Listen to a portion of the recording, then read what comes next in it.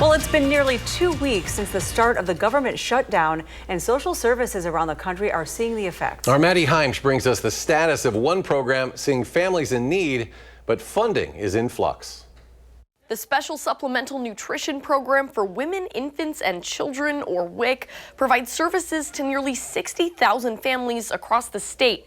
But until Democrats and Republicans in Congress can come to a spending agreement, the federally funded program, like many others, is at risk. Funding for the WIC program, Women's, Infants, and Children program, was about set to expire. I think the White House is trying to figure out a way to move resources around to be able to keep that program up and funded. In its efforts to keep WIC up and funded, the federal government is providing reallocation funds from the Food and Nutrition Service to pay out program benefits through the month of October. But that isn't stopping Wisconsin lawmakers from anticipating an eventual funding lapse when November hits. That's a lot of households, a lot of families who wouldn't be able to eat, wouldn't be able to survive without the subsidy. Representative Renuka Mayadev is the author of a bill circulating in the Wisconsin state capitol, calling for the state to appropriate funds to the WIC program. According to the Wisconsin Department of Health Services, more than 40% of babies born in the state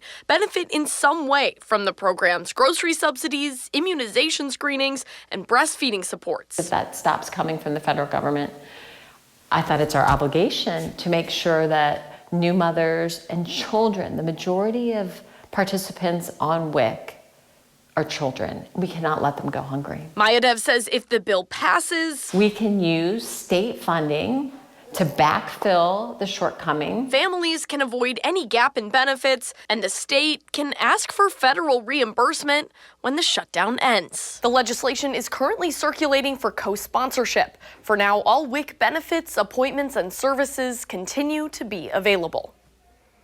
Maddie, thank you. Senators in Washington are expected to vote again on funding proposals tomorrow night.